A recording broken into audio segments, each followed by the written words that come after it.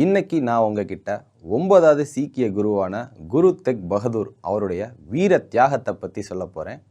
ஹிந்தி தி சந்தர் அப்படின்னு இவரை சொல்லுவாங்க. அப்படின்னா என்னன்னு கேட்டிங்கன்னா, நம்ம நாட்டின் பாதுகாப்பு கவசம் அப்படின்னு அர்த்தம்.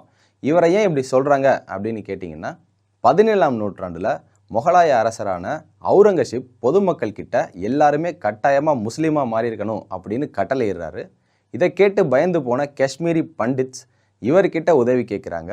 அப்போ அந்த ராஜாவை பார்த்து குரு தெக் அவர்கள் துணிச்சலாக ஒன்று சொன்னார்.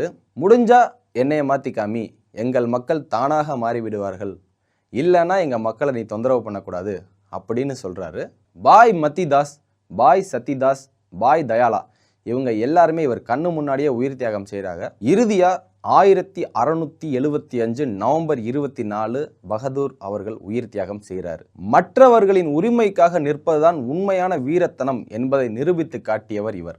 உலகின் முதல் மத சுதந்திரத்திற்காக உயிர் தியாகம் செய்தவர் குரு தெக் பகதூர் ஜி.